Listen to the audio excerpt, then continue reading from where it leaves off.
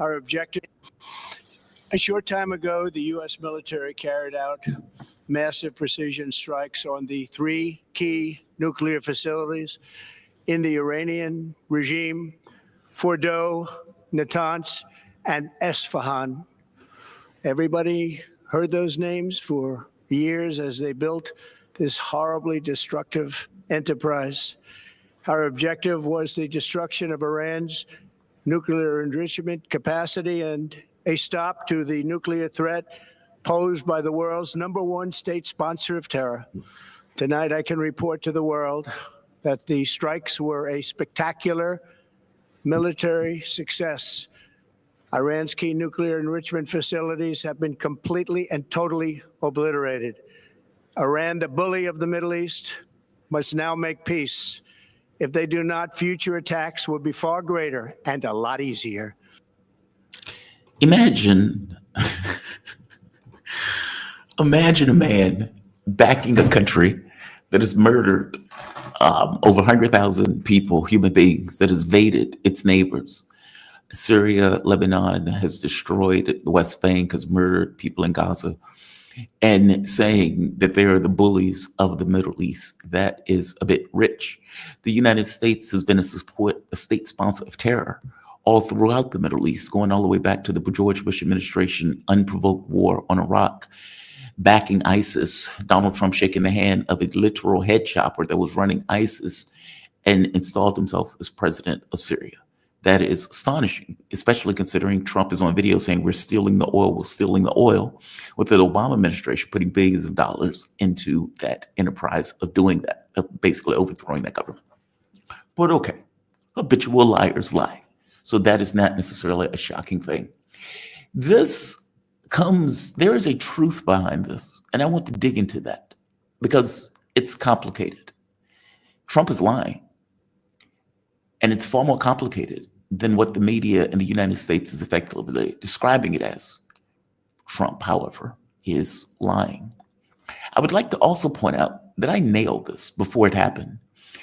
I hit Lath up yesterday. I said, Lath, there's a lot of chum in the water. And when I see chum in the water, it's making me think that something is about to happen, something's brewing. So I would like you to come on Monday. Now, I don't know if Lath did it because my phone is over there charging, but I want to point out that I also nailed it. The reason, what I mean by chum in the water, you got reports coming out like this.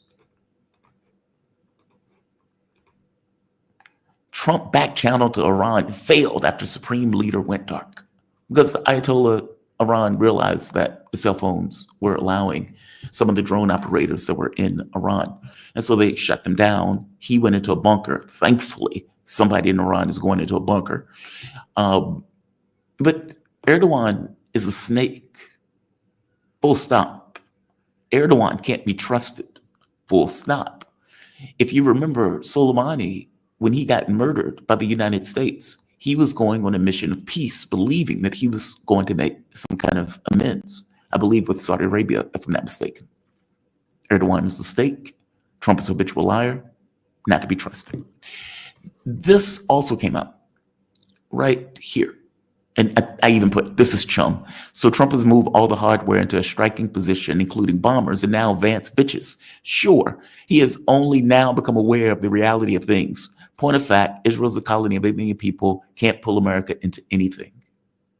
Which, that tweet is perfectly right. You either attack or you don't. This is your war. Israel's just your client.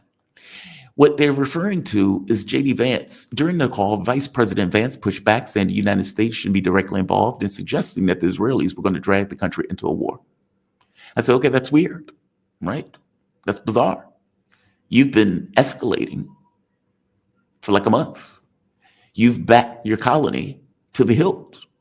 And now, oh my God, you're dragging us into a war. I said, that's weird that this stuff is coming out now, in which case my thought is Seymour Hersh was most likely right, and that the United States was preparing for an attack. And here we are. The United States launched its attack. Trump puts it on Truth Social, the following tweet, because, this is kind of the ridiculousness, the clown car that we're effectively in. We have completely completed a very successful attack on 3 nuclear sites in Iran, including Fordow, Natanz, Esfahan.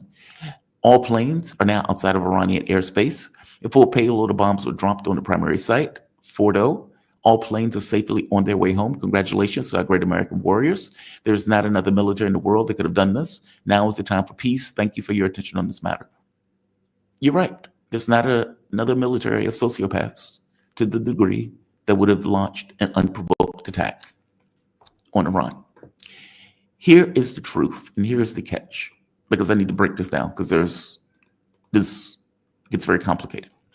And by the way, here is footage. I believe this is Fordow. Now, problem.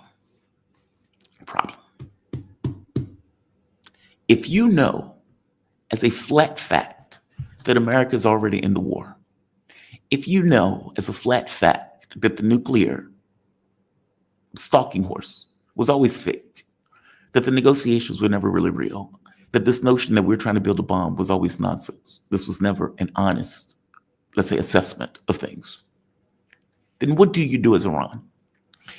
And, don't take my word for it. Right here. I mean, granted, I've shown over and over again IAEA Tulsi Gabbard before she, started to turn her tail up to Donald Trump. A senior intelligence official tells me that there is zero independent U.S. intelligence to back up CIA Director John Ratcliffe's pronouncement that Iran is, quote, at the 1 yard line, unquote, of a nuclear weapon. All of the intelligence is from Israel. Interesting, right? When Tulsi Gabbard, DNI, was actually doing her job and pointed out, hey, this is not really the case. And IAEA Grossi, who was working with the Israelis, even come out and said, this is not the case. Meaning, this was always nonsense. They had nothing to back this up. And by the way, even if they did have anything to back this up, so what? From my point of view, Iran should already have a bomb. This war wouldn't have started. If they did have a bomb, they're a sovereign country.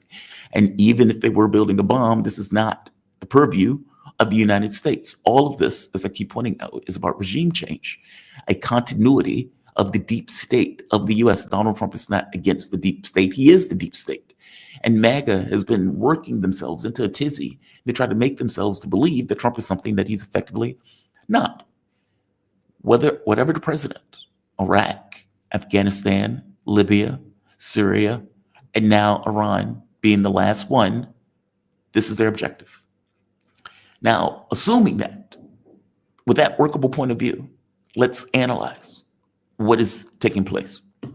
For one, Fordow nuclear power facility is buried 80 meters beneath a mountain.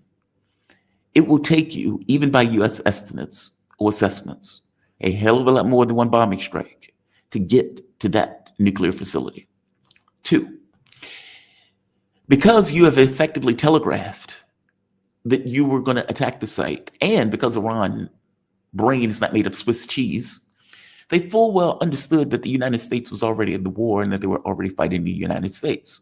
So considering that you were preempting and telegraphing what you were going to do, if you were Iran, what would you do?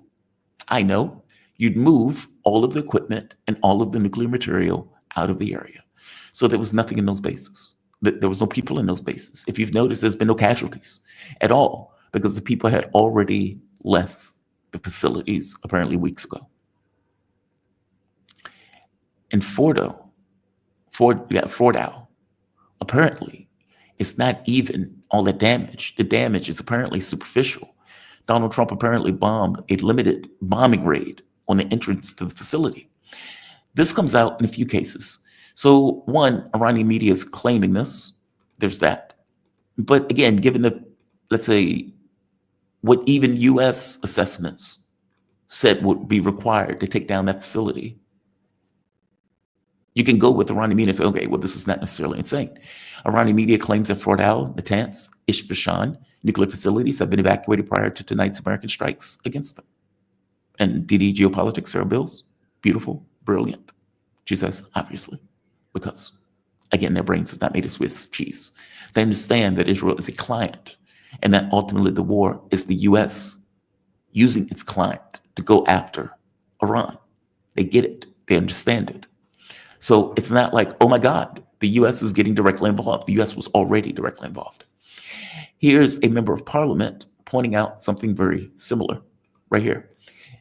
It says, contrary to the statements by the lying U.S. president, the nuclear facilities at Fort Howe were not seriously damaged. Only the above ground structures, which can be restored, were damaged.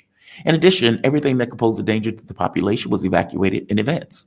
There are no reports of any nuclear emissions. Trump's false claims about, quote, destruction of Fort Howe, unquote, are refuted by the fact that the attacks were so superficial that there were not even fatalities at the facilities. But we regard this U.S. aggression as America's direct entry into the war. Now Iran will decide how and what way to respond to the United States' blatant stupidity. There's that. Theater. Complete theater. But theater with a very specific purpose. I had to write this down because I was right much. This creates serious questions. Trump talked himself into a corner. Now, I would have plenty of guests that would come on the show that would say, well, Donald Trump can walk anything back because Donald Trump is a habitual liar. And I would point out to them, no, there's certain things you can walk back. You can pretend as if you're talking to Xi Jinping on the phone. That's fine. You can pretend as if you have a big, beautiful deal and all of this other stuff, or that eggs in the price are going down when really they're going up. You could do that. But you can't spend 3 months telling people that you're going to bomb a country if they don't do X. And they don't do X. And not just not do X. They beat the stuffing out of your client. And you stand there with thumb and ass having to do something. You've talked yourself into a corner. You can't walk that back. So you are forced into the situation based upon the things that you've said. You've boxed yourself in to where you need to respond. This is Donald Trump effectively responding. Again, he's surrounded by whack jobs, neocons. Donald Trump himself has had a hard on against Iran, even going back to his first administration. And again, regardless of the U.S. president and what is in the president's mind, each president has taken one step to get closer and closer and closer to Iran, taking down one country after the next, until you finally take it down Syria, where Iran is your last target. So it was inevitable that he was going to go after Iran. It was obvious based on the language that he was using, based on the framing of the quote unquote negotiations, where they could never really come to any kind of real tangible thing, and that Donald Trump kept escalating his demands in those negotiations. Had nothing to do about a nuclear weapon, had nothing to do about a bomb, has everything to do about finding a means to overthrow the Iranian government and turn it into a failed state. Seymour Hersh's article is correct. It may not be correct in the context of one strike does it, but that's where it gets very interesting. So right off the bat, I talked about them removing it. The interesting question is, what does Iran do? Right? What does Iran do? Now, Iran has themselves made the point of saying they were going to respond. And so in the same way that Donald Trump is kind of stuck in a box and having to act, Iran, on some level, you would imagine, have to also act, if only to show parity. Now, this gets very interesting, it gets very complicated, and gets very dark. And so it needs to be stepped through. Iran has said that the bases around it are fair game and that they will go after them. So the catch becomes, okay, if that's true, how many body bags are going to be sent back to the U.S.? Iran has said that the ships and everything else are fair game. And hypersonic missiles can take down aircraft carriers if they need to and if they indeed decide to do so. Will they do that? These are all questions. Will they shut down the Strait of Hormuz? How will Iran respond? And you would imagine, considering that they have said over and over and over again, if you enter this war, you will regret it. If you enter this war, you will regret it. We will respond and we will respond. Okay, Trump has entered the war. It's limited. It's superficial. But what do you do? Does the superficiality of it matter? Or does the fact that the United States has invaded your airspace, invaded all notions of sovereignty, matter more? Meaning, whether it's theatrical or limited is irrelevant to the point that you did it. It's kind of like somebody, says something against you, and it's not even that what they said was interesting, even that biting, but it's the fact that they did it. It's the intention behind it. And what does Iran do? Iran, at this moment, is engaged in a war where they are trying to decimate and decapitate the Israeli government, this colony of squatters that have been committing a genocide and killed, murdered, massacred over 100,000 innocent people, the majority of which being women and children. So if you're engaged in that process, do you divert your attention and go after the United States, even if it's in a limited way, meaning we are going after you for parity. We're stepping on the escalatory ladder in the sense of hitting you and stopping and allowing you to make the next step. Or is it we're going to show dominance and we're going to go all out and unleash? Which one? There's also the third option of we will lose face in this moment because we do not want to create a justifiable idea in your mind that you attack us further as we try to decapitate Israel, meaning we will not hit you right now. We are going to continue to focus on our target, which is Israel, and we're going to take them apart before dealing with you in any of your terms, meaning we will hit you at a time of our choosing. But right now, we have a very specific target, and we do not want to create any kind of justification for you to get involved. The reality of it is, even if Iran said we're only going to hit you on parity is subjective. Anything that you hit, even if you don't kill another American service member, the U.S. may say that is outrageous that you hit us, and so now we're going to hit you again, meaning creating a justification to get further ensconced into the war, further ensconced, even if the attacks are minor, further ensconced, another step on the escalatory ladder, where eventually you get to the point where on that escalatory ladder, especially if that is the entire point, that you're in a direct shooting war with the U.S. and Israel, with the U.S. using escalation as a somewhat organic means of getting directly involved, not necessarily wanting to get involved whole hog right off the bat. I hope you understand what I'm saying. I suspect that's more of the point of this, that they know that Iran has already said, we will hit you if you attack us. The U.S. does a limited strike. Iran, feeling the need to respond, does so. Whatever the response, the U.S. says, okay, you attacked us, so now we're hitting you back. In which case, you've stepped on an escalatory ladder where the attacks by the United States go higher and higher and higher, and the attacks by Iran gets higher and higher and higher, where you get to a point where you are just in a full-blown shooting war between the United States and Israel. That could be the point. That could be the point. Now, as I said, Iran could not do anything. And the U.S., if it did indeed attack again, is ended up in this kind of weird, awkward place of invading without really a pretext or having to create another pretext without the organic escalatory ladder that they were effectively trying to step on and trying to get Iran to step on with them. It is unclear. There's also something that's interesting to me that doesn't ultimately matter because it ultimately ends up in the same place. But I often ask this question, what's in Trump's mind? Is it possible that Donald Trump didn't want to embroil himself into a large-scale war in the Middle East? The people around him knew he didn't want to embroil himself into a large-scale war in the Middle East. And so they present a plan of, quote-unquote, limited strikes with the belief of, hey, these are going to be limited, and Iran is not necessarily going to respond.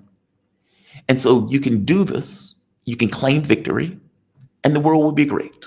And you can show your strength. You can back up what you said you were going to do. You're a habitual liar, so it doesn't necessarily matter if you lie all that much to the public and saying you've destroyed the facilities, when in real terms, you haven't destroyed anything. But the people around him knowing full well, if you do that, Iran is going to respond. And you, as a U.S. president, will have to respond. So regardless of what is in his mind, you can effectively manipulate him into stepping on an escalatory ladder that you know is going to continue to escalate and escalate and escalate because Iran is not going to back down. Or Trump did it knowingly. As I said, both of these things equal to the same thing. It doesn't matter. It's just my own curiosity on what is in his mind. The chipmunk that's running on a hamster wheel. You know, what's there. But as I said, it doesn't ultimately matter. What matters is what Iran's response going to be. Do you focus on Israel, your primary opponent, or do you divert focus on some level to go after the U.S. in the way that you said you were going to go after the U.S., closing the Strait of Hormuz, attacking the Quisling governments in Saudi Arabia, UAE, etc., basically destroying those U.S. military bases? How far do you go? Isn't it fascinating? What needs to be clear, though, is that Donald Trump has entered the U.S. into an escalatory ladder with Iran, seemingly with the entire point being for Iran to respond, given the U.S. an organic premise to respond to Iran's response, in which case Iran will respond to the U.S. responding to Iran's response, et cetera, et cetera, et cetera, et cetera. And on we go into war. If I had to guess, I'm suspecting that's it. That's the point. If the workable point of view is that the entire reality of this was fake, the entire premise was fake, and that the entire premise was to create a regime change war, would this be the thing to do it? Would this give you an organic reason and rationale to continue with attacks in order to help Israel in pursuing that objective? Now, Seymour Hersh in his article made the point that they want to overthrow the government of Iran. Now, Seymour Hersh, I don't think he said in the article they were trying to do that in one strike. But he did make the point of saying that was the ultimate objective. Wesley Clark, 20-something years ago, said that was the ultimate objective. The bunch of neocons and whack jobs would obviously want the U.S. to fight the war on its behalf every bit as much as Europe wanting the U.S. to fight the war on its behalf against the Russians. If you've noticed, though, what Russia has done is to avoid going after the governments that have been assisting Ukraine. The difference here, though, is that the U.S. and Russia, or let's say these other governments, didn't get directly involved in the way that the U.S. has gotten directly involved. So we will see. I mean, it's very possible that Iran could diminish Israel before turning to the U.S. That would lose face. That may even lose credibility. And frankly, it may even invite more attacks from the U.S. in general. Unclear. So I guess my thing is, all of these things entail a certain amount of risk. We are on an escalatory ladder, especially depending on how Iran responds. We will also see if Iran decides on a limited response, what does the U.S. do? Because that will give a clear indication on what is the objective of the U.S., meaning what is the objective of Donald Trump. Is it indeed, I'm all aboard for regime change? Or is it, okay, they responded, nobody got killed, they destroyed a little bit of property, let's call it a day? And can he do that? Can he do that? Can the U.S. president accept any response from Iran, even a limited one? Can he do that? In that speech that he gave, he pointed out, we would attack more, we would attack further, let's get the peace. Okay, well, they're not going to talk peace to you. You've just attacked them. You know that.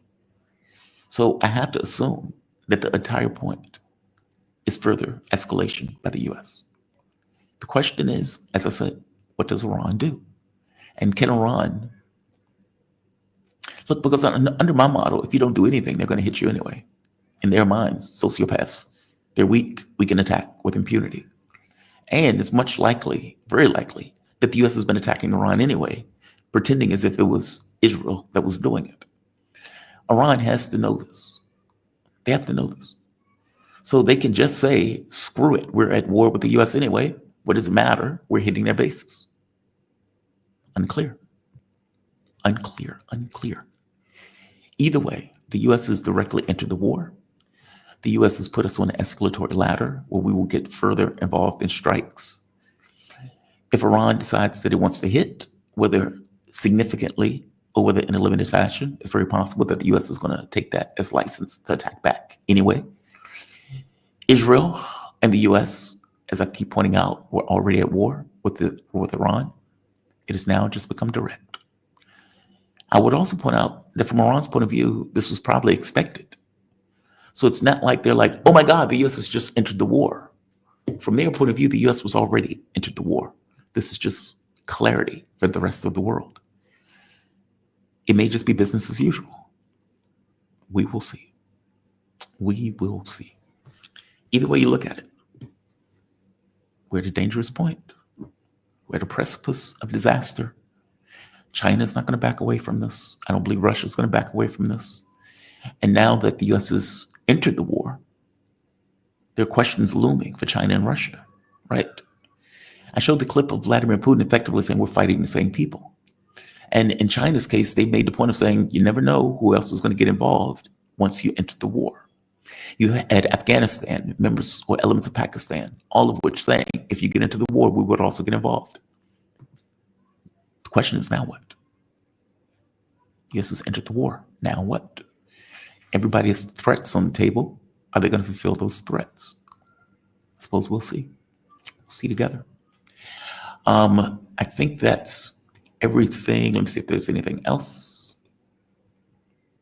Well, yeah. I guess we can enjoy a little bit of this while we're at it. So, the attacks were still taking place yesterday.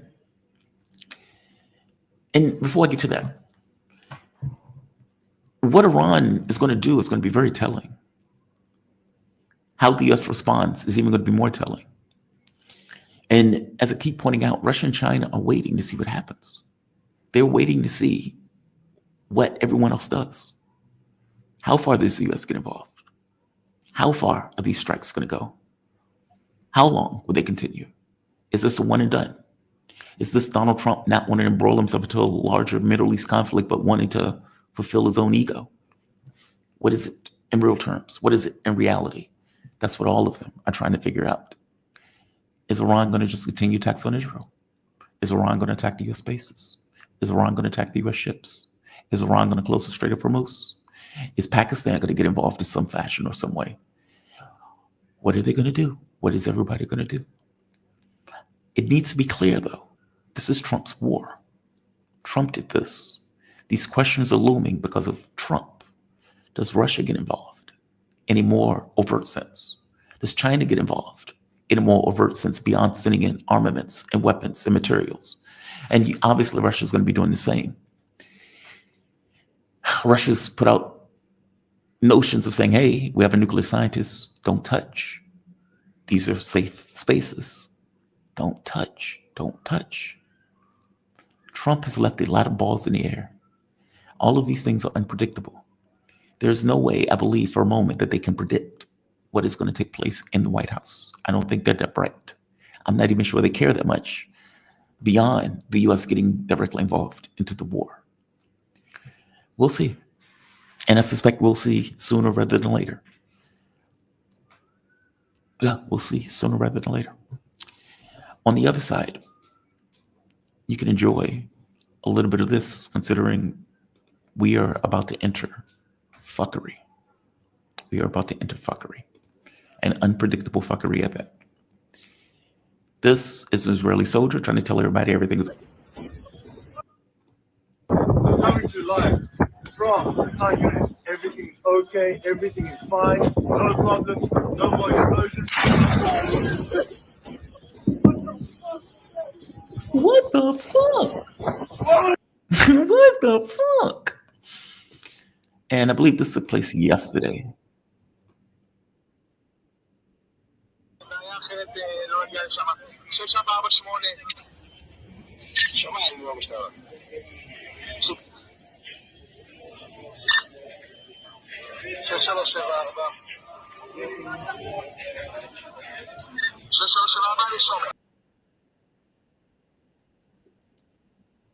Meaning the attacks are still taking place. Now, I saw a report that said that they didn't see anything over 24 hours. For me, this was yesterday. And I believe there's more. Apparently, there are people in rubble under that one. I don't know if I showed the video of them hitting the Minister of Interiors in Israel, but I'll show it here just in case I didn't show it in my other video.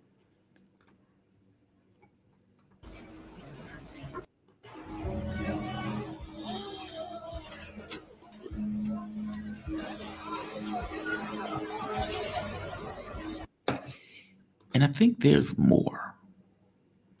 So Iran is given a heads up to evacuate the Dimona reactor in Israel.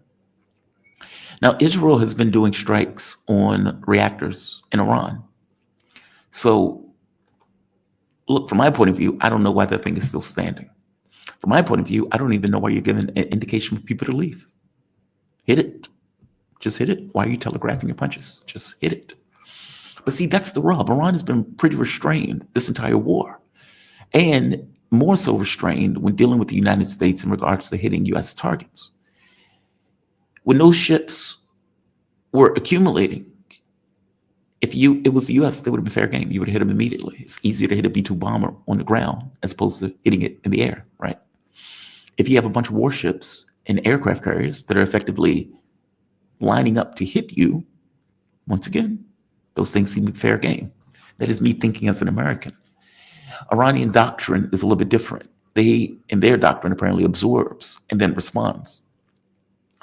I suppose not wanting to create a justification and wanting to, at the very least, preventing anyone from saying, well, you hit us in an unprovoked war of aggression, blah, blah, blah, blah. Obviously, we hit them in an unprovoked war of aggression. We didn't care all that much. So there's that. Last, and I guess there are two more. This was a drone that got through Israeli air defense. And if this is getting through Israeli air defense during the daytime, this does not bode well for Israel. Right here. Now, this is what this ended up looking like after the fact. I hit an apartment building. And you can see the damage to that apartment building after the fact. And again, the question is, if these drones have started to get through during the daytime, oh my God.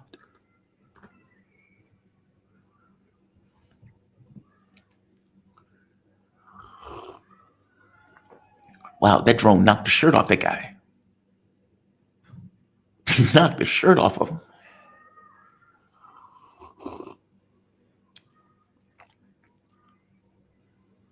Wow, that's a big hole you got there, bro.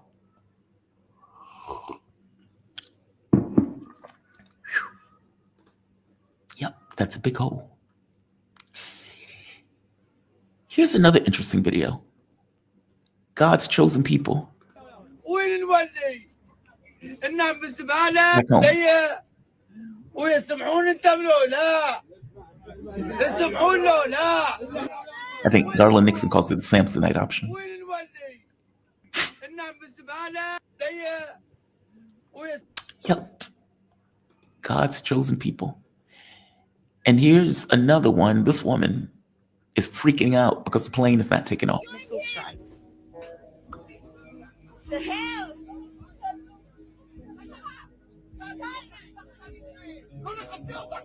So apparently because of the missile barrages, they didn't want to leave. The plane didn't want to leave. And, you know, you say to yourself, so you stayed there at the colony of squatters as they murdered 100,000 people in some of the most horrific ways, as they raped a Palestinian man on camera in a prison with the majority of the public saying it's fair game, and even going to try to rescue the soldiers that did it, with them starving millions of people alive to the point where some of them were just dropping from exhaustion. I've shown clips of Israeli soldiers opening up firepower on people who are just trying to get food. They've admitted to dropping bombs on those same people for crowd control reasons who are starving, trying to get food.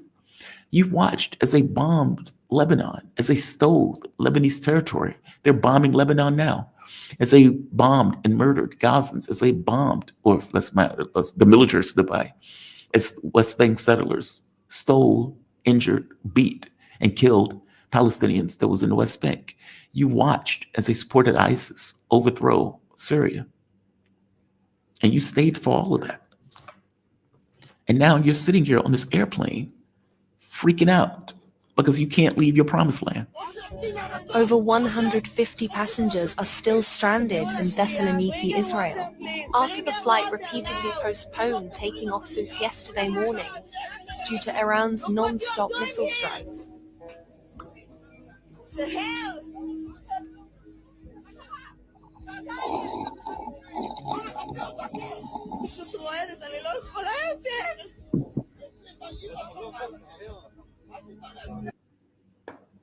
Yep. That woman needs some coffee. That woman needs some coffee. Here's another one. Interesting watch. God's chosen runners.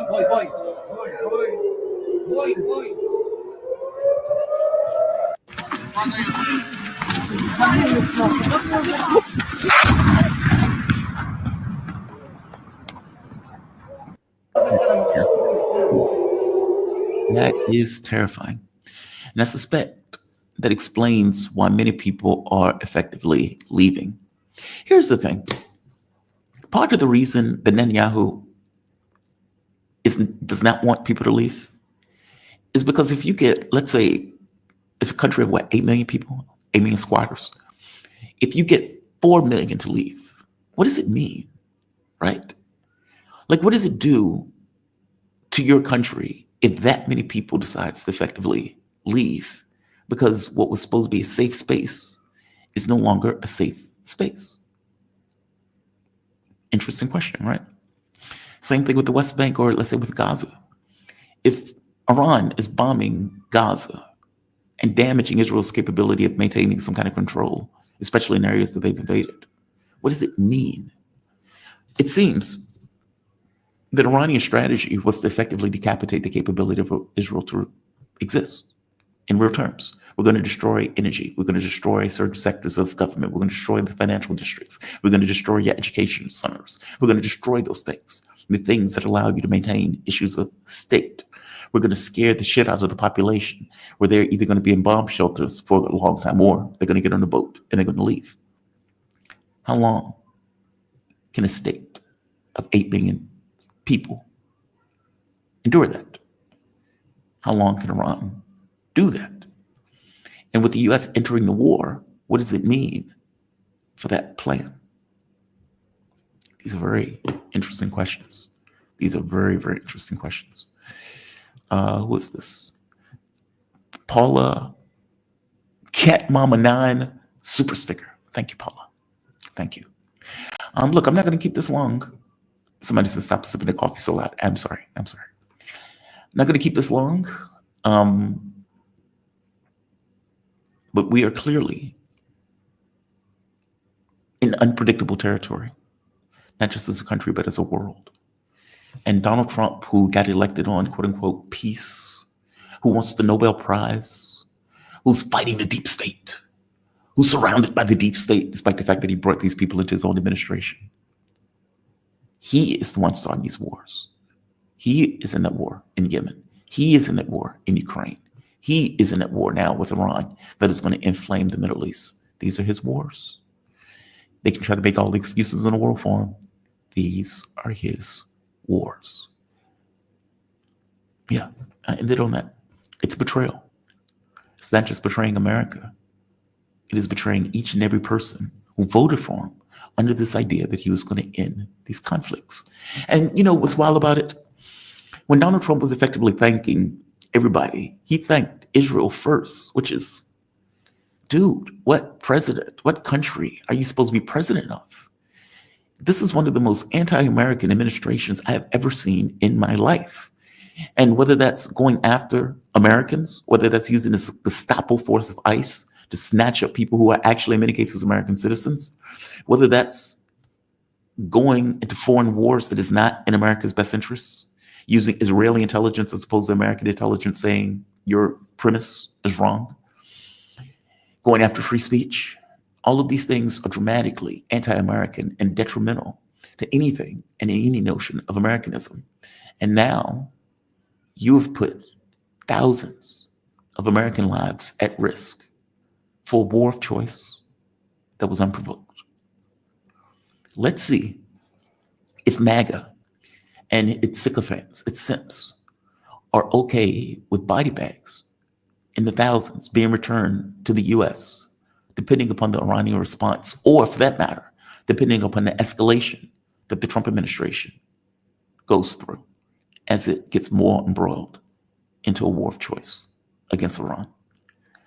That is not even talking about whether or not larger powers get involved. Look, just to be clear, the Middle East is not the United States' purview. Iran is not the United States' purview. Any notion that the United States can launch unprovoked attacks into a sovereign country and not get a response is nonsense. It's just flat out nonsense. All of these MAGA people are thinking with this American point of view, again, jaded, well, they're just going to attack and Iran's not going to do anything. These people are idiots. These people are flat out idiots. If you really think that, Iran is not Iraq. The United States has just attacked another country unprovoked. And you believe that they won't respond and that no response is coming. Whether it takes place now or whether it takes place later, whether the Trump administration feels that they can act with impunity, in which case strikes again, which is going to make it very clear to Iran that they can't wait, that they need to strike because the U.S. is going to continue its strikes. However that plays out, you are not going to get out of this unscathed. And the question for all of these simps that are backing Trump on this is, how many American lives are okay for you to extinguish for an unprovoked war of aggression on behalf of, yes, this deep state in American interest, but also on behalf of a colony of squatters that seems to have a certain level of clout in our politics in a way that is not in America's interest.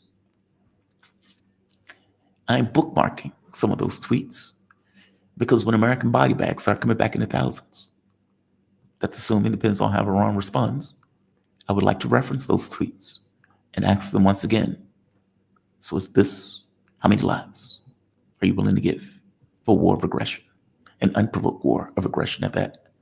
One last point. I'm not going to go into this again because I've explained in my other videos on the overarching geopolitics that's at place. But there is a weird American point of view that frames the argument that if Iran was producing a nuke, then it would be okay to do this. You're out of your minds. Israel has nukes. Why isn't the United States invading Israel? How about that? Right. Iran is a sovereign country. It is not the US's purview to go and attack another country because they believe they have, quote unquote, nukes. Even if they were developing a nuke, that is not the concern of the United States. It's not. The notion that we're going to go in and murder a lot of people because you have nukes is nonsense. Complete nonsense. What that tells people is they need to develop a nuke as fast as possible to prevent that behavior of the US. What this is about is creating a state that is weak enough where you can prey upon an attack without them having the ability of a nuclear option in response to your attacks. There's a reason why North Korea still exists. North Korea still exists because it got a nuke. It's none of our business. There are other agencies that are dealing with issues of nuclear weapons. Iran will most likely pull out of the Non-Proliferation Treaty. Yes. Iran, frankly, should have already had a nuke. There's that. That may be a controversial opinion, but I stand by it. And more to the point, considering the neighborhood of sociopaths that is against it, every incentive in the world is to create a context by which it can defend itself, where everybody goes. Again, nukes, the benefit of a nuke is not to use it, it's to show it, not to use it. It's a defensive weapon. Everybody understands that the moment that you use a nuke, everybody goes up in smoke. That is not typically what countries want. By the same token, they do understand that from a distribution of force standpoint, that if you don't have one and your opponent does, you are at a severe disadvantage. Now, Iran, for whatever reason, didn't go that route. They enriched because they wanted to force the US to the negotiation table to get rid of sanctions. But that's kind of beyond the point.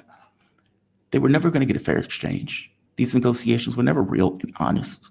The objective, going for the last 20-something years, was always to overthrow the government. It's a dereliction of duty, deep naivety.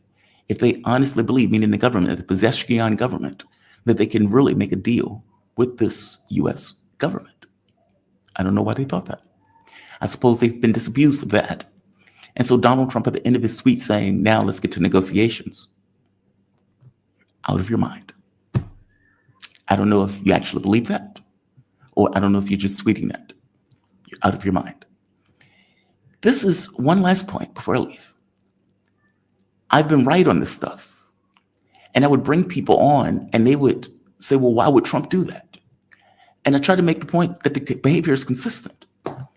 When I pointed out that Donald Trump full well knew what was taking place when they attacked the nuclear triad in Russia and went on all of these, campaigns against the Russian government, blowing up a train, doing all of that stuff, effectively killing civilians, intentionally killing civilians, and that it would have larger consequences. And they said, well, why would Trump do that?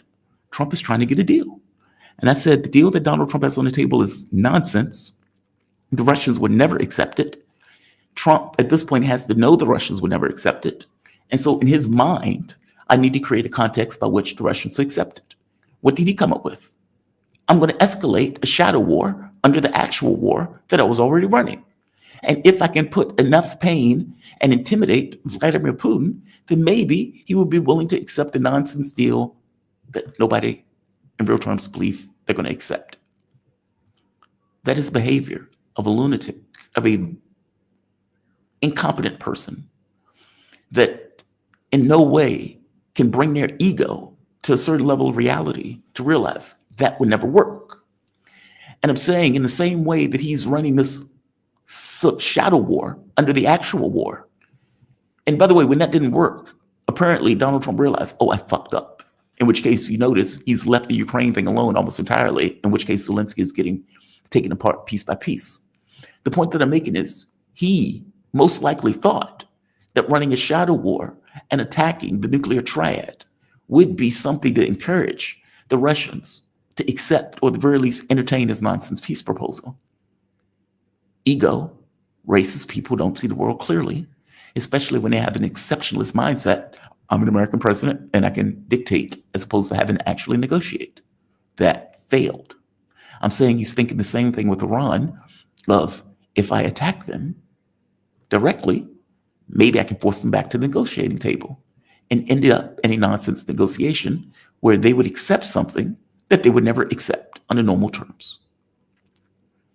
I've said it before. I'll say it again. Iran is going to have to take its respect at the barrel of a gun. That is unfortunate. It is an unprovoked war of aggression by the United States.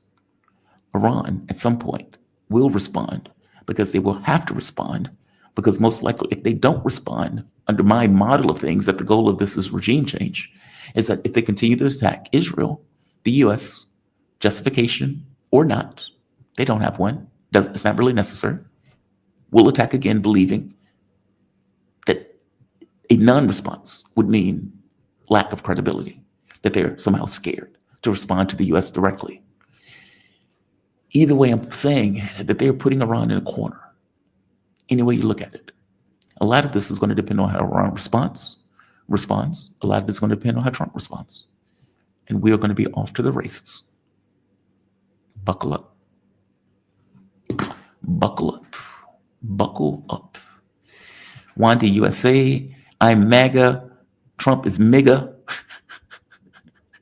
9/11 wasn't Iran. No, 9/11 wasn't Iran. Sparky, is Trump pretending to bomb and destroy the nuclear threat? Yes, he is. Yes, he is. So Israel has to execute or stop. Since Iran said from the very start they'd stop when Israel stopped, Israel is getting pounded bad. Look, let's be very clear. Israel is attacking. They're launching air raids. But as I keep pointing out to people, there's a difference between a country of 8 million, quickly dwindling in numbers, versus a country of 90 million. One country is used to killing kids, burning kids alive, shooting women and children, starving people to death. And it's not used to taking bombardment. You saw that woman freaking out on an airplane. You think this woman is used to being bombed? She's like, I need to get the F out of here. She's like, I Over need to get out of this place. 150 passengers are still stranded in Thessaloniki, Israel, after the flight repeatedly. Do you think that these people are used to living in bomb shelters? Do you think they're used to living in sewers? They're not. Whereas Iran is going to be resilient with a certain amount of passionate rage and righteous indignation since they were attacked. A country of 90 million that is 3 times the size of Iraq can absorb more, especially if you're talking about equal exchange, than a country of 8 million that is dwindling by the hour. So whereas Israel, yes, is getting in attacks, Iran's drones at this point are getting in through the daytime. Their missile strikes have been damn accurate. I mean, there's a video where Iran launches one missile. It evades all of the air defense, hits its target. America had to get involved. Its colony was being taken apart. Its client was being taken apart. It had to get involved. It had to come up with a reason to do so. So, yeah, on equal exchange, this is not going to work for Israel, especially if Iran is right. And they can basically keep this up for months. And keep in mind, they're still building missiles. They're going to get armaments and materials from China. They're probably going to get armaments and materials from Russia. They're probably going to get armaments and materials from North Korea. How long can Israel keep this up? How long can their economy keep going? How long can they keep this up? So we are in a war of attrition that the U.S. felt it needed to get into in order to save its clients' ass. And again, all of this boils down to what happens next. We're on an escalatory ladder. Real terms. I don't know what Iran is going to do. No idea, no clue. I don't even know what the U.S. is going to do per se if Iran attacks, depending upon the level of attack. I suspect they're going to respond because I think the U.S. wants to be on this escalatory ladder in order to come up with some kind of justification to get into the war. Meaning they understand their client is getting taken apart and they need a reason or rationale to get further involved in order to protect their client. And this is their elevator to do so. Will Iran play in? Now, whether Iran plays into it or not may be irrelevant. They may continue strikes on Iran, whether Iran responds directly at the U.S. or not. So we'll see. I mean, the next week or so will be telling. Next week will be telling. Who else is here? Laglo 1003 became a YouTube member. Welcome to the family, Laglo. Yeah, Laglo. Is it Laglo? Laglo. Welcome to the family, man. Welcome to the family. Arnold Lewis. Are Russia and China going to keep yapping about international laws? International law died in 1999. Yugoslavia was bombed for 78 days. The beast in the West is out of control. Agreed. As you know, I've said on more than one occasion, I don't believe in international law. I don't think there's such thing as international law. Any law requires the defense of that law, right? By definition. If you say smoking pot is illegal and I'm smoking pot in front of a police station and you can't do anything about it, then is it really a law? That's just your opinion, bro. So yeah, Russia and China says that, but I think they says that more for the rest of the world. Meaning, I think they're trying to make this argument to the world of, why is this okay? And if they can breach these quote unquote laws, then what does it mean for you, your sovereignty? Is this in your interests? Now, there's a power to this. Why do you think multipolarity is coming into existence? Multipolarity is coming into existence purely because the previous order of hegemony failed. When the rest of the world looks at rules-based order, where the U.S. invades other country, murders people left and right, overthrows governments, backs Nazis, either in the Israeli version or the Ukrainian version, pays for kill squads in South America to kill all those people. What does the rest of the world think of that? And the moment that you get an alternative to that, do they take it? Well, you can look at what is happening with BRICS, with all of these countries signing on to BRICS, looking for a new order of the world, a new fulcrum by which to organize. Why do you think the U.S. is trying so hard to go after the main countries, Russia, China, Iran? Why do you think they're trying so hard? Because they understand that the organization that is taking place and that is being cobbled together is multipolarity. That multipolarity has not come into existence yet. And they're trying to strangle that baby in the crib before it ever becomes reality. There is a cultural force of being able to say these lunatics are out of line, and to be able to say we need to have something different as opposed to have these lunatics run the roost. I understand your issue with them yapping about something that doesn't exist. I'm pretty sure they're aware that it doesn't all that much exist. But they're making that argument not to you and me, who accepts that it doesn't exist, but to the rest of the world, saying we need something else. These people are out of control. These people are out of line. This is not the way the world should function. We need something else. And the fact that you're getting this idea of multipolarity coming into fruition on some level indicates that what they're doing is correct. They're creating a cultural argument, a sort of social, I want to say social argument, but a sort of social force that goes beyond any sort of military and everything else. So I understand where you're coming from, but it's not in vain that they're doing that. What else do you expect them to do? What else do you expect them to do? So we have one more. The skylight, the mid not going well. Oh, the mid is not going to end well. No, it is not. But we already knew that, right? When I was sitting here sipping my coffee, what did I say? I said, enjoy this now. I said, regardless of whatever levity I'm using in this video, this is going into fuckery. It was inevitable. The U.S. was always going to get involved. I accepted that as a fact, with the only difference being temporal, meaning it's a matter of time. Iran was always fighting the U.S. and Israel in a combined force. Whether the U.S. got in directly or not was almost irrelevant to the point that they were always fighting the U.S. in a regime change war.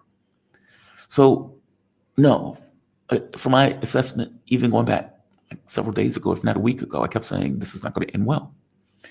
We are going to be at the precipice of a question that is looming beyond the questions I posed in this video about what does Iran do? What's the United States do? Is the goal of this an escalatory ladder, which I think it is, an organic escalatory ladder where Iran responds and the U.S. can get further into the war, considering that Israel can't keep this war going. I suspect that is the reality of what is taking place. Donald Trump screaming about this is victory, we've destroyed the facilities and all this stuff is nonsense. It's just theater. It's theater. I am super curious what is in Trump's mind. I really am. I know some people would say it doesn't matter. May or may not be true. I think it does matter. While it is true that U.S. policy goes in a particular direction, it is also true that the president ultimately is the legal end-all be-all in regards to how far they go. If Iran has a limited attack, say for the moment, assume the position that Donald Trump doesn't want a full-blown war in the Middle East. Let's pretend that. Let's assume that. But let's assume that the whack jobs, neocons, sociopaths that surround Donald Trump, since Trump knows nothing about the world, they tell him, Mr. President, we can do this limited strike. We can take out the nuclear facilities, and Iran most likely would not respond because they don't want to get into a shooting war with the U.S. And Trump goes through with it. And they lie to him. They know that the bombing run is not going to accomplish the objectives that he said they were going to accomplish. What they do know is that Iran is going to respond regardless of the situation. And they go through the bombing runs. Trump comes out and says, success. And then somebody has to come to him and say, Mr. President, we weren't able to get the items. Iran has moved nuclear material. They've gotten rid of everything that needed to out of the base. And there were no casualties. Sorry, sir. We didn't do our objectives.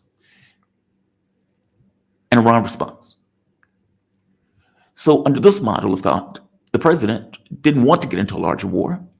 The president gets lied to. The president goes on a bombing run by people who know Iran is going to respond. And so not only did you not get what you wanted, you are now in a shooting war because you feel you need to respond to Iran's response. That's one mode of thought. That's what I'm saying. I'm super curious about what is in his mind. It doesn't really matter, though, right? Ultimately, whether the president is being lied to or not, the president has just attacked a sovereign country. The sovereign country has every right to respond to the U.S. provocation. The U.S., from my point of view, was already directly involved in the war because it was effectively working with Israel, A, to initiate that war, B, to refuse Israel planes, C, knocking certain drones and missiles out of the sky when Iran will respond, and flying, I would imagine, air sorties that they were blaming Israel for flying. Meaning they would say, that's an Israeli jet. Do we know that? Do we know that? How do I know that? How do I know that? Right? So this is just clarity. It's not new. It's just clarity. The U.S. was already at war with Iran. Doesn't matter what the president thought. And maybe, and I know I keep saying that, maybe it does. If Trump gets to the precipice and he believes that, all right, we're in a shooting war, we're going to lose X number of Americans, thousands. Maybe this is not what I want. I need an off-ramp. The problem is you've destroyed any off-ramp because you can't be trusted. The off-ramp is stop, in which case Iran most likely will stop. That's the thing with escalation. I take one step. You take one step. I take another step. You take another step. Now, after I take my step, if you stop, then we're at parity. I can leave it. I can leave it. The moment you take another step, I have to take another step.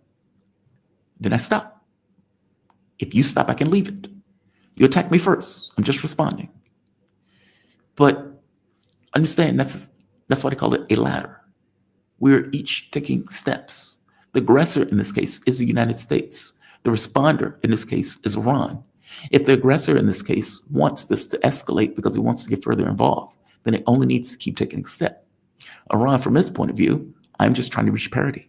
So I'm taking a step to equal out the situation. Now, if you can take a step and Iran can't, then you've established dominance. But can you do that? Can you do that? These are interesting questions, right? That's why I said it's interesting what may be in Trump's mind, but ultimately it doesn't really matter. He stepped onto a ladder. He stepped onto an escalatory ladder. We will see what happens with Iran, but you are right. This most likely will not end well. In the same way that Donald Trump has talked himself into a box of we're going to attack, we're going to attack, we're going to attack. Look, the reason why I say I'm super interested in what is the president's mind. These attacks could have been far heavier. I mean, after all, you've created a justification that you're going to attack Iran. Why a theatrical attack, right? Like, that's interesting, right? Like, you didn't have to do a theatrical attack. You could have had something that was more oomph to it, more bang for the buck to it. You could have tried to be more aggressive in your attack. Now, you might have been concerned about being spotted and something knocking you out of the sky. That might be the case. That will be an interesting question for Ritter, actually. For Ritter. That I would be interested in from Ritter on his take on that, because he was a nuclear inspector. And the level of attacks that would be necessary to kind of break through those. Some people have said it would take something like a tactical nuke. Some people have said it would take a series of strikes, like day after day after day, in order to try to break down to get to where they need to be. So I guess my point is, if you're going to attack Iran, then you've attacked Iran. Whether it's theatrical or not may not really matter. So what is the point of a theatrical attack in that situation, especially if you're going to get on the escalatory ladder? In a way, you're already on the escalatory ladder at that point. So is it that the president didn't want to go all in? Is that what it is? And he was effectively maneuvered. That could be the case, considering the type of attack that Trump has effectively done. Theatrics. Is it possible that he's putting out a theatrical attack with the hope that Iran doesn't entirely respond, so he can just say, okay, I did my attacks? I don't know. I don't know what is in his mind. I guess I'm saying it doesn't really matter what is in his mind.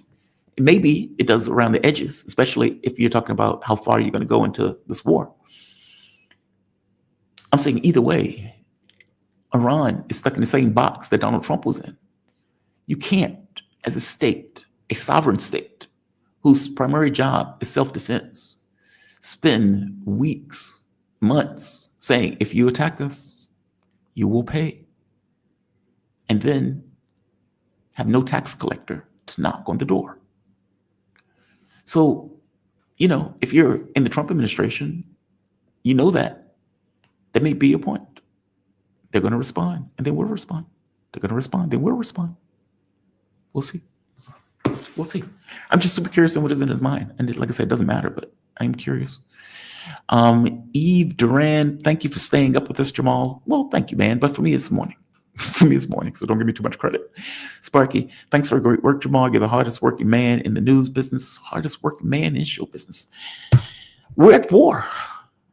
We're at war. That's the way I look at it. And, from my point of view, look, from my point of view, we are at war. 2, we're not the good guys.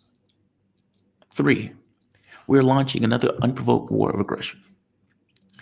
4, what do I have at my disposal to stop it? Or at the very least inhibit it, to hit it in the knees, to throw my body on the line in some particular fashion? How do I do that? What do I have at my disposal to do that? Nothing but doing the news. And in doing the news, try to point out this is a betrayal of America, for one. And more to the point of being beyond a betrayal, it's unprovoked, that it's a lie, that this is everything to do with empire. It has very little to do with, quote unquote, nukes and the way that they're talking about it. It's another regime change war, meaning the only thing I can do is point out the falsity of what is taking place, because often it's the falsity that is used as a pretext to start the war in the first place. There was no Gulf of Tonkin. There were no weapons of mass destruction in Iraq. There were, the sinking of the Lusitania, I think it was, that initiated the Spanish-American War. These things were fake. They were lies. Most of these things are lies. And so I find it to be my only potential to do anything, whether that's 0.1%. I prefer it not to be 0. I don't know what that percentage is, but hopefully that percentage is something. So, Sparky, I appreciate it, but from my point of view, it's my job. It's the only thing I can do. I'm culpable for what my country does. I have a direct responsibility for what my country gets involved in. This woman who's sitting here freaking out, this woman may not realize that she is culpable of the Nazis and Israel is doing, but she is every bit as much as we are. Our tax dollars are going to Israel. The 80% of the genocide, meaning of the money that they use to make the genocide, we are paying for that. We are doing that. We are backing that. That's our client that's going through overthrowing governments and killing people in the Middle East.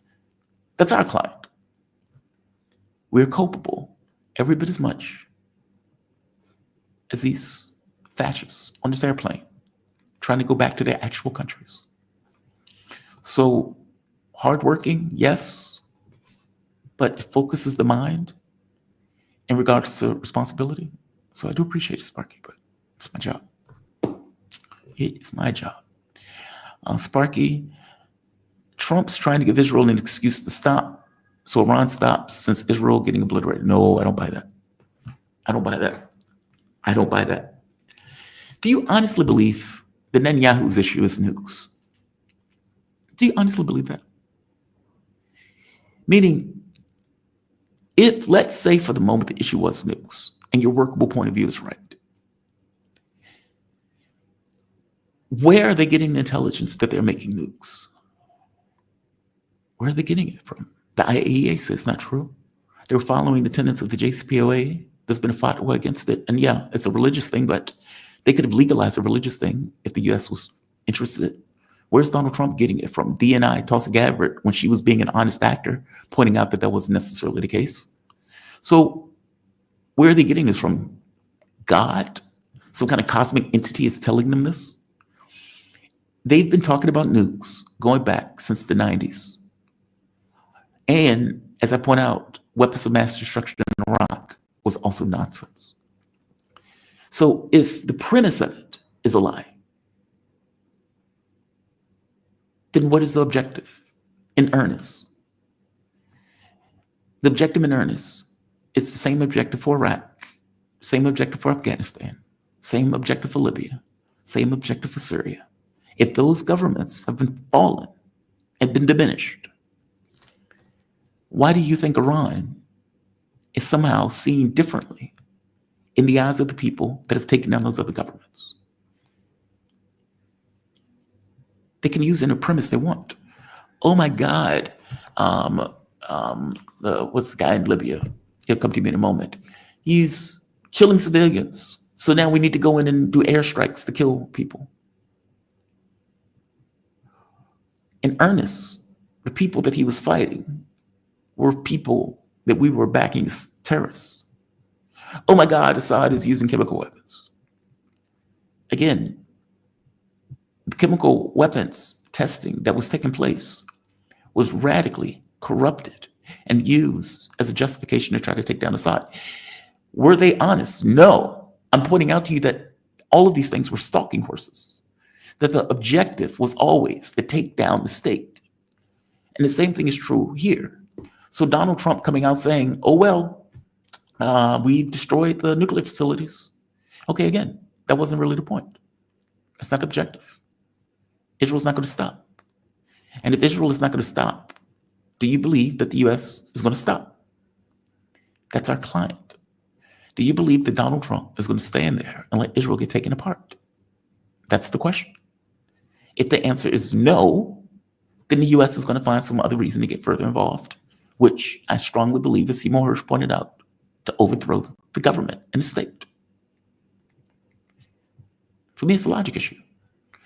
So I get your point that Donald Trump declaring victory is effectively, under this model of thought, Trump's way of backing out and trying to get Israel to stop. Maybe. I hope you're right. Iran is not going to make a deal with Trump. Iran is not going to make a deal with Israel. And I get the sense that from Iran's point of view, this is decades in the making. I don't even know if they want Israel to stop, frankly. I hope you understand what I mean. They don't want the U.S. to get directly involved, but do they want to teach Israel a lesson? Yes. So I feel you. Do you honestly believe Netanyahu is going to stop? I don't think so. I'm very doubtful. We'll see. Sparky on this one, I kind of hope you're right. I hope I'm wrong. And by the way, Israel is attacking. So it's like they have been hitting nuclear sites. They have been hitting hospitals. They have been hitting in these kind of decapitation strikes. This is not one way. Israel's killed over 500 people in Iran at this point. I document the videos for Iran because, from my point of view, mainstream media will show you every video of Israel attacking. And they would give you this impression that Israel is somehow winning. So I want to nail down the fact that, no, that is not the reality of things. Yes, they'll be able to kill people. No, they're not mastering this. Iran is mastery of the skies over Israel at this point. So there's that. Sparky, hope Iran doesn't let up. Agreed. Hit the Knesset, hit Dimona. If you know where the nuclear arsenal is, hit that. But they have been restrained. They've been very restrained. I know some of the videos coming out look brutal. They've been restrained. So what they do next is going to be fascinating. We'll see. I can't predict it. My model can't go in. I don't know what's in their minds. I don't know.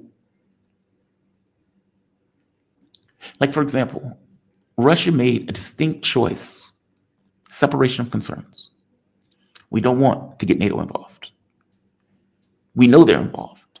We know they're giving weapons. We know they have mercenaries on the ground. We know they have troops on the ground in some cases. We're not going to say anything about it. We're going to focus on Ukraine, and we're going to take Ukraine apart. And every weapon system that they put in Ukraine, we're going to blow it up. Every armaments factory they create, we're going to blow it up. We're going to denazify by shooting one Ukrainian in the face after the next until they have no more Ukrainians left to put in front of us to shoot in the face. And if necessary, we will force an unconditional surrender. And when we do so, the platform that they're using in order to attack Russia is gone. We don't want to have to fight and create a justification for all of NATO to get involved. And so we won't do that. We will warn them, however, do not come into Ukraine. We will lose our minds. Just because we don't want to, don't mean we won't do it. And so if Germany, if you fire a Taurus missile, you Nazi-looking mofos will be up in smoke.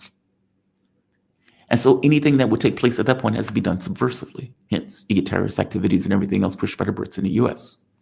But notice, they're terrorist activities where you can have a certain amount of plausible deniability associated with it.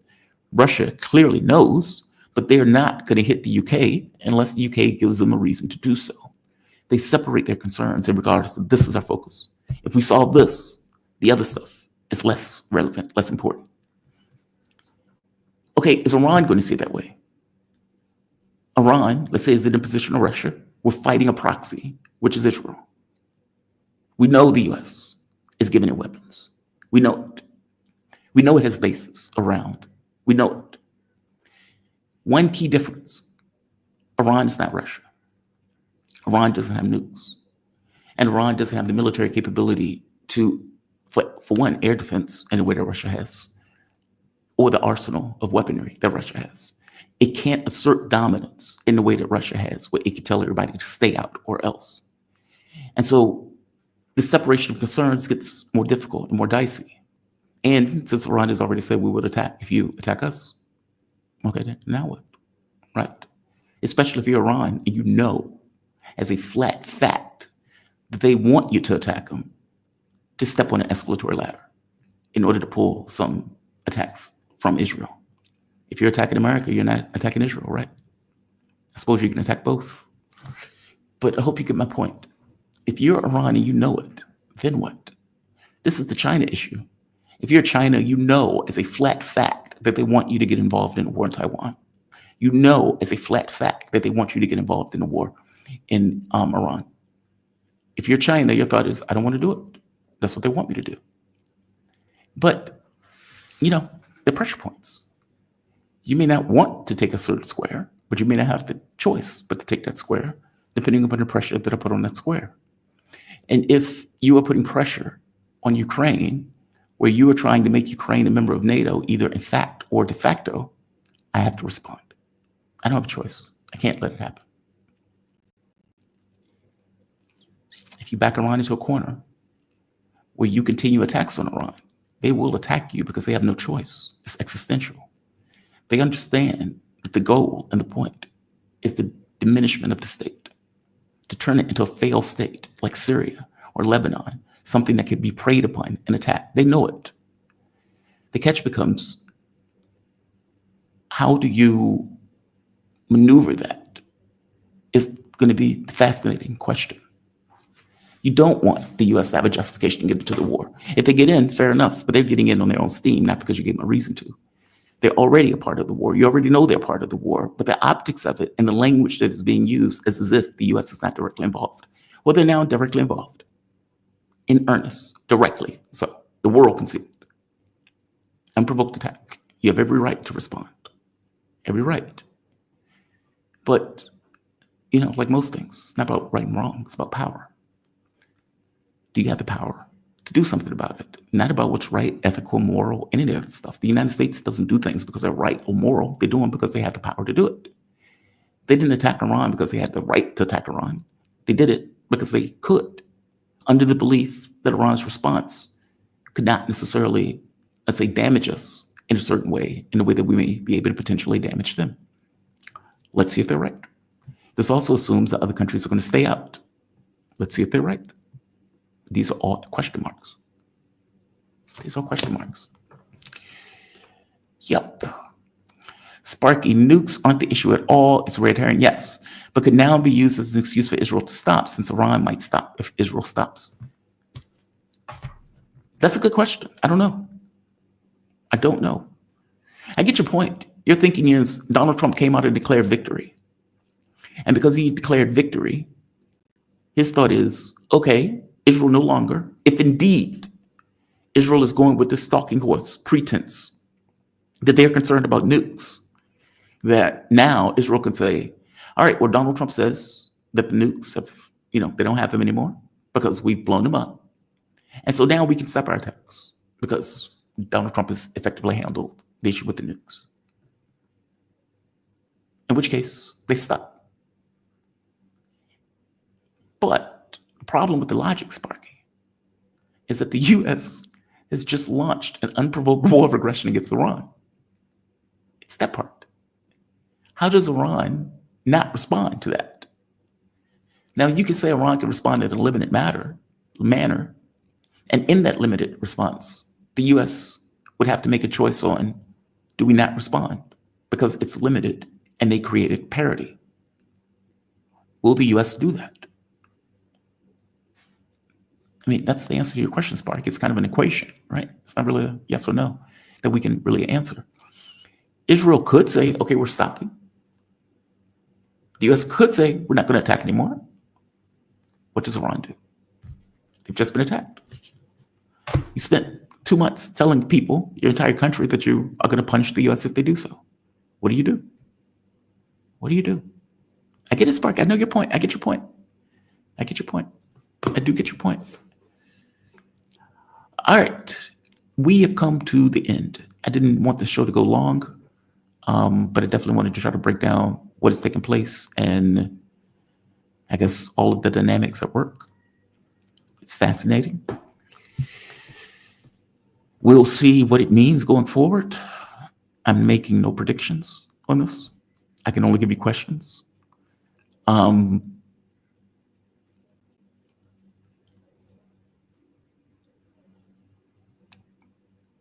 this can range everything from Iran responds and everything stops. Because Sparky, if you're right, Iran responds and the U.S. says, okay, you didn't really hurt us. You didn't touch us. You didn't kill anybody. You damaged a little bit superficially. So we're going to call this shit a day. The U.S. could do that. It could. In which case, the entire point of this enterprise would have been not to get on an escalatory spiral, but to stop, to give Israel a breather from getting punched. Basically, I need to get my guy out the ring. And I don't want to get embroiled into a larger Middle East conflict, especially considering how strong Iran is.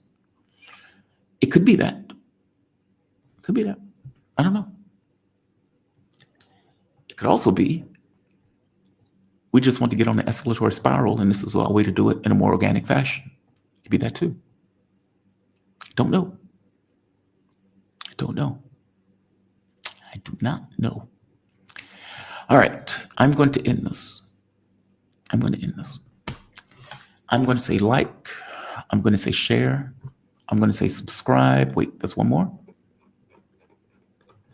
Sparky, I hope Iran responds, but deals like that have to be made before. Yes. Yes. Yes. Sparky, you're fantastic. Yes. Meaning you would need some level of back channel communication that says, hey, we need to be on the same page. We need to show a little bit of theater. We know you removed all of your stuff, so we're going to hit that, but we're just going to be superficial. We know you're going to respond because you have to save face for the population. And we're not going to respond back. I'm going to shake my fists. We're going to call it a day. Now, if that is the case, Sparky, they're doing that entirely to save Israel's ass. That's why they will be doing it, if that's the case. If you're right, and that's the case, they're doing it to save Israel's ass. We will know in a few days on how Iran responds and on what the U.S. does after. We'd also will know if Israel continues attacks. If Israel fires a firecracker at Iran, then that plan goes up in smoke. If Iran responds and Trump responds, your plan goes up in smoke. We'll see what happens. We'll see what happens. Like I said, man, buckle up. Buckle up. Get John Helmer, Justin Pudor.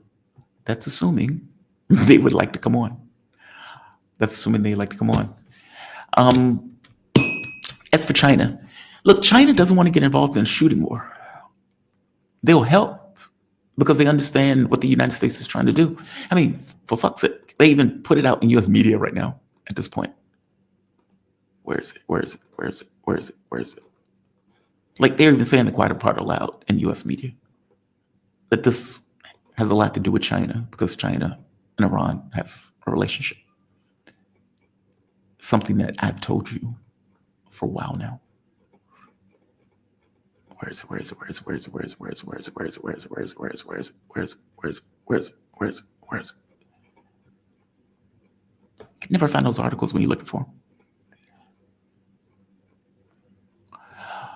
Needless to say, we will see how this unfolds. We'll see how it unfolds.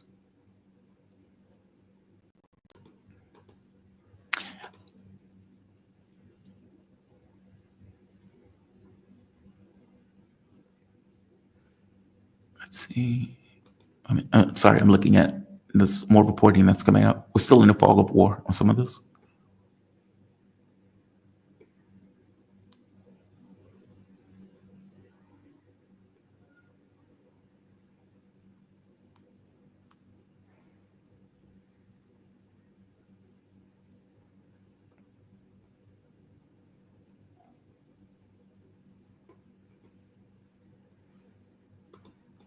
We'll see.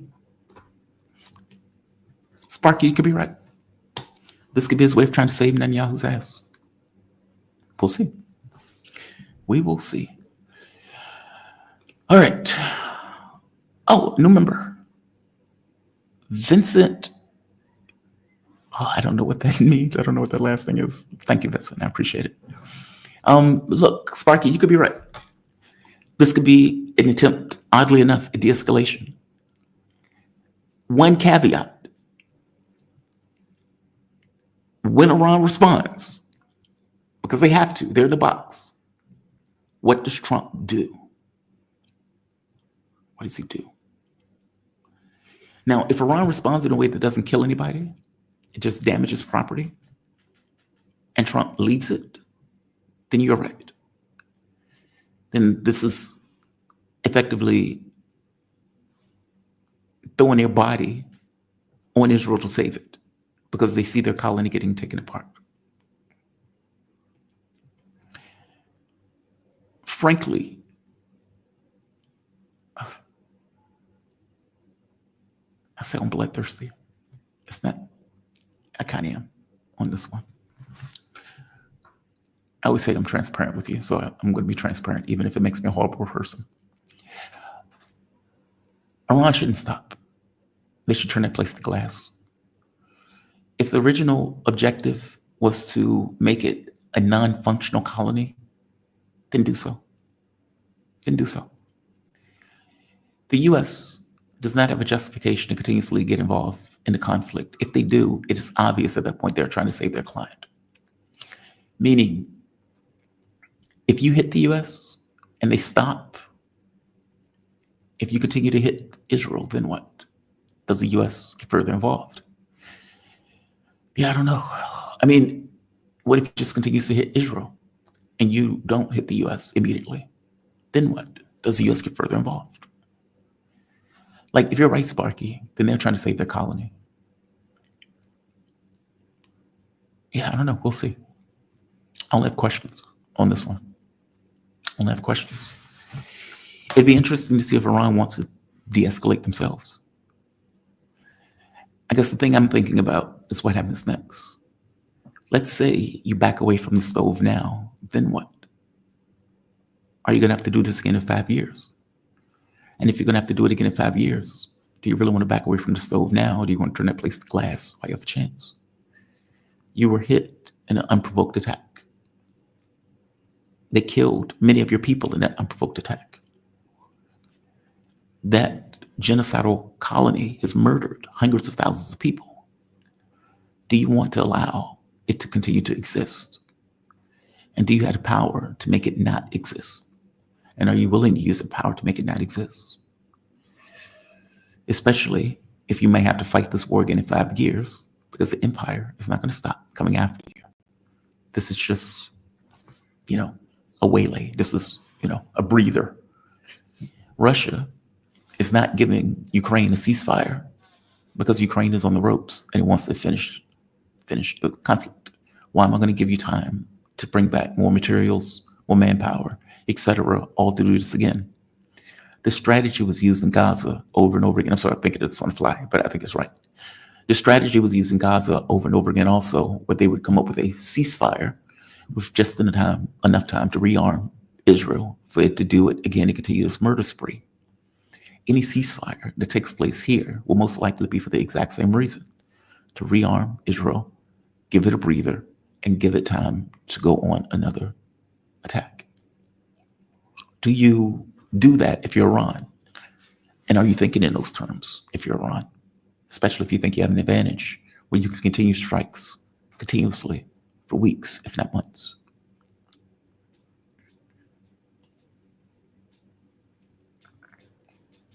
Yeah, I don't know. I'm not there. So, it's hard for me to say. It's to save an ass who doesn't deserve to be saved. Well, obviously they don't deserve to be saved, Sparky. Conscious gentleman, thank you, Jamal. Well, thank you, conscious gentleman. Iran should keep maximum pressure on Israel.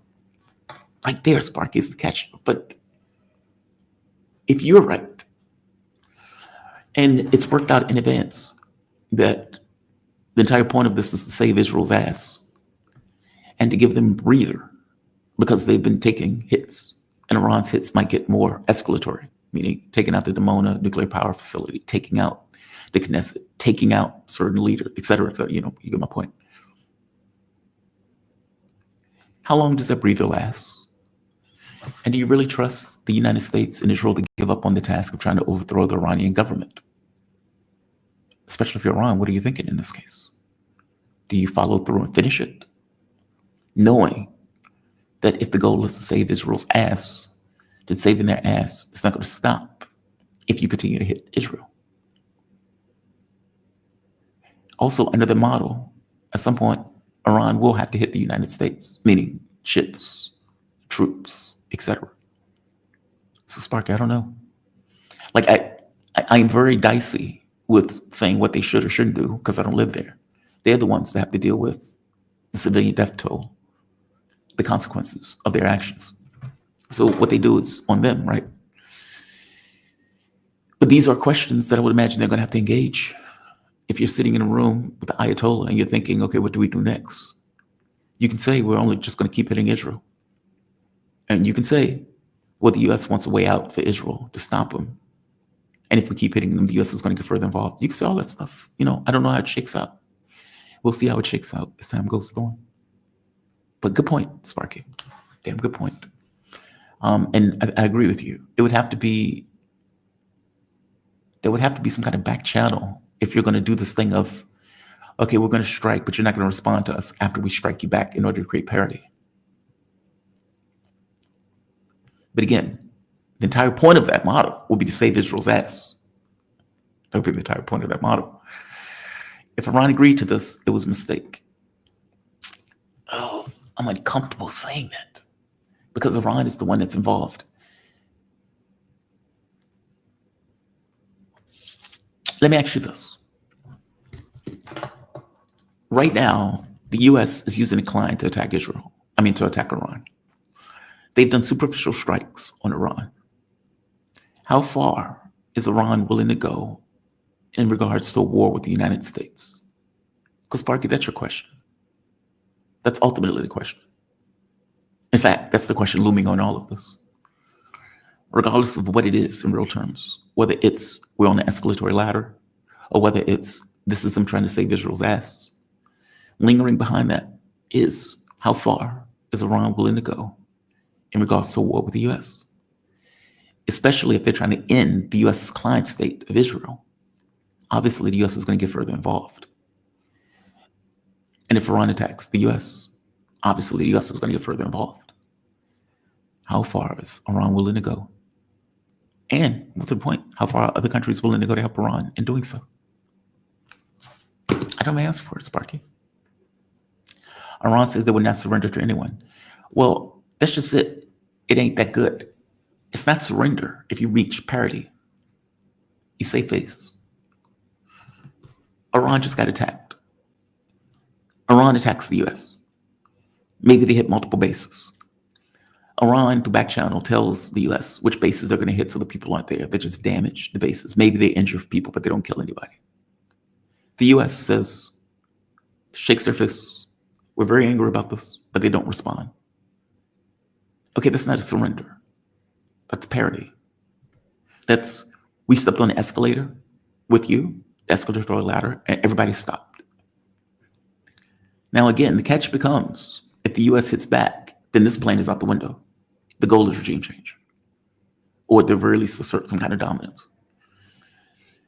And the other point is, if Iran doesn't respond to the US and just continues to hit Israel, if we're right and the entire point of this is to save Israel, which it is, then the US will get involved again in strikes further. Any way you look at it, Iran is in a corner. They have to respond in some fashion.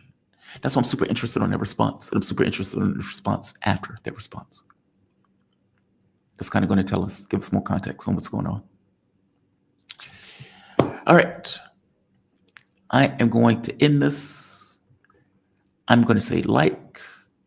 I'm going to say share. I'm going to say subscribe. Actually, I did that video so you can see what Putin said. Putin pointed out we're fighting the same people. He was pissed off that people kept asking him, what is Russia going to do? Why Russia doesn't get involved? Maybe Russia put something about laying off Gaza, etc., on the deal. That's not what's been happening. They've been murdering more Gazans while this has been taking place. They've been taking it out on Gaza as this has been happening. So, Sparky, I haven't seen that. I haven't seen it. I haven't seen it. I haven't seen it. 1,000 times I haven't seen it. All right, guys. I'm going to say like. I'm going to say share. Subscribe. You guys have a fantastic day. We are into fuckery. We're into fuckery. We'll see how far it goes. We'll see if the U.S. is trying to save Iran, save Israel. We'll see if Iran even allows the U.S. to try to save Israel. We'll see how far the U.S. is willing to go to save Israel, meaning if they're going to continue strikes. We'll see how far Iran is, whether their threats are credible or whether it's kind of a, smoke and mirrors, just kind of face-saving response, or whether they consider we're at war in earnest and we respond strongly in kind. We'll see. We'll see. As I said, these were superficial strikes. The issue is not the fact that they were superficial. You've invaded a fucking country. You bombed their country. This shit is outrageous. They have to respond either way. You all have a fantastic day. Be safe.